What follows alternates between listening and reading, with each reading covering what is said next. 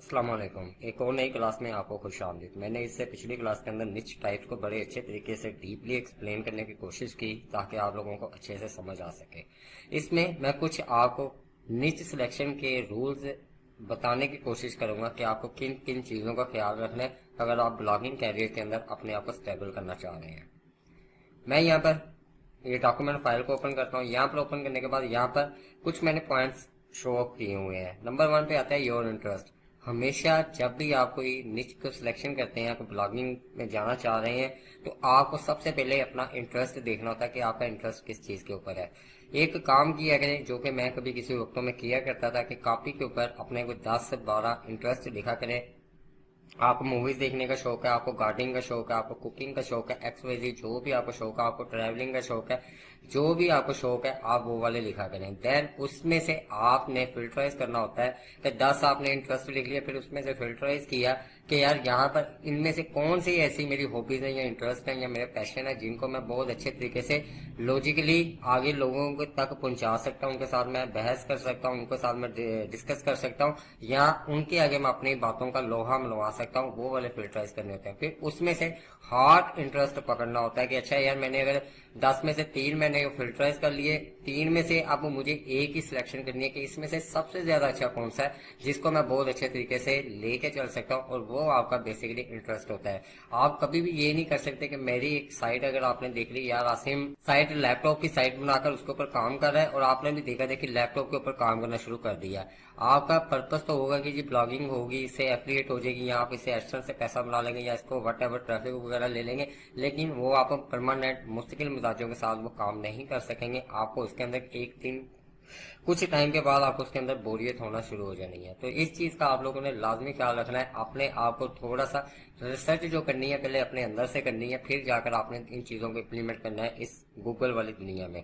दूसरे नंबर पर आ जाता है निच कंपटीशन। अब आपने यहाँ पर फर्ज किया कि आपने सिलेक्ट कर लिया कि अच्छा यार ये वाली मेरी निच है, इसके ऊपर मैं बड़े अच्छे तरीके से चल सकता हूँ, इसको मैं लेके आगे की तरफ फायदे ले सकता हूँ एडसेंस के थ्रू। तो आप लोग के क्या काम करेंगे कि उसका फिर आपने देखना होता है कंपटीशन। लाइक अगर एक आपके मोहल्ले कॉलोनी में अगर एक कोई दुकान खुलनी है ना, तो वो जो दुकान खोलने वाला होता है, ये एक बिजनेस की टर्म है, वो खोलने वाला होता है ना, वो पहले इर्द गिर्द में देखता है कि उस जो दुकान उसने लाइक जनरल स्टोर या किराना स्टोर खोलना है, तो वो पहले देखा कि उसके आसपास पहले ऑलरेडी कितने का उस तरीके का बिजनेस कर रहे हैं, उस तरीके की शॉप कितनी है, ताकि वो फिर उसी हिसाब से अपने बिजनेस की प्लानिंग कर सके, अपनी चीज की प्लानिंग कर सके।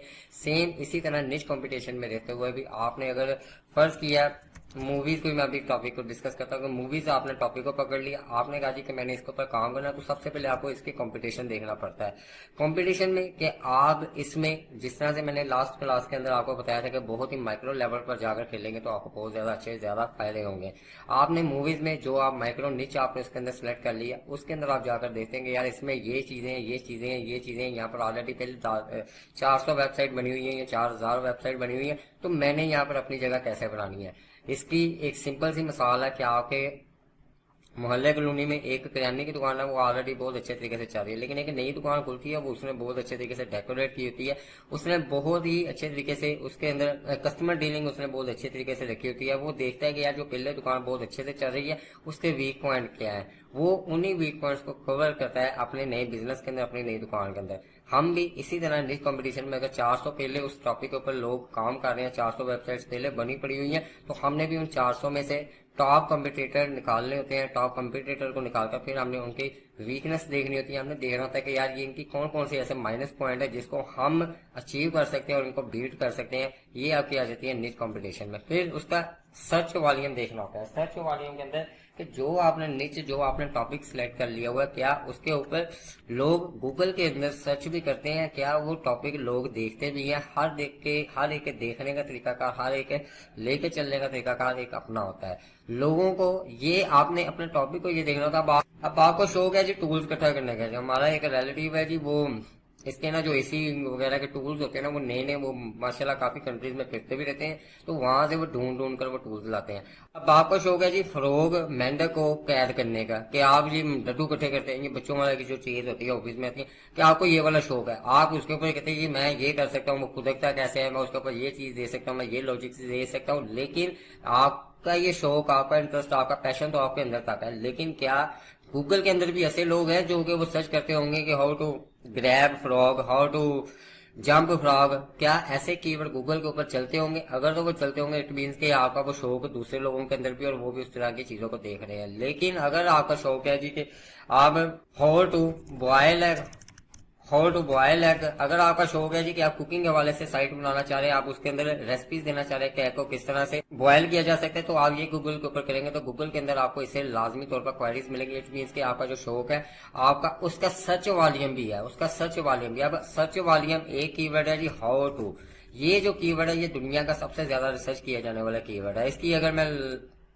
रफ सी फिगर करता हूँ कि इसके अंदर 2 मिलियन इसकी रिसर्च वैल्यूम है, इसका लोग इसको 2 मिलियन लोग इसको रिसर्च करते हैं। तो आप लोगों का काम क्या होता है कि अगर आपने मूवीज टॉपिक को सिलेक्ट किया हुआ है तो आप क्या कर सकते हैं, हाउ टू डाउनलोड, ये मैं जस्ट सैंपल आपको एग्जांपल दे रहा हूँ, how to download movies in PC, how to download movies in mobile. ये आपके जो होते हैं ये आपके कीवर्ड बनते चले जा रहे हैं और इसके अंदर आपका टारगेट कीवर्ड कौन सा है, मूवीज। और मूवीज के साथ आप क्या उसको सोर्सेज दे रहे हैं कि उसको डाउनलोड करने का तरीकाकार बता रहे हैं और यहाँ उसको डाउनलोड करने का ऑप्शन दे रहे हैं कि आप इस तरीके से ये डाउनलोड कर सकते हैं। अब होता क्या है कि हाउ टू के अंदर 2 मिलियन आ गया, अगर एक कीवर्ड आ जाता है इसके अंदर डाउनलोड के अंदर सर्च है 10 इसके अंदर आया सर्च 1M।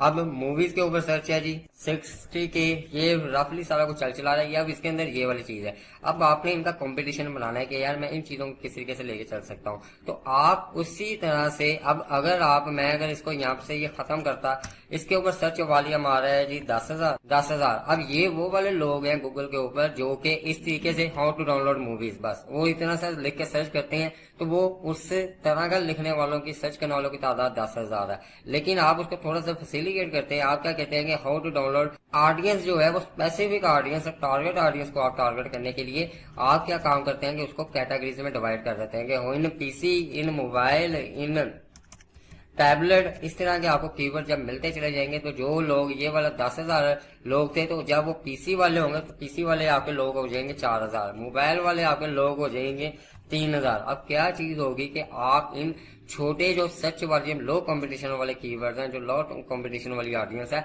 आप उनको बड़ी आसानी से टारगेट करके अपनी साइट के ऊपर लेकर आ सकते हैं। इसके बाद अगला पॉइंट आ जाता है सिलेक्टेड सीजनल वर्सेज एवर नीचे।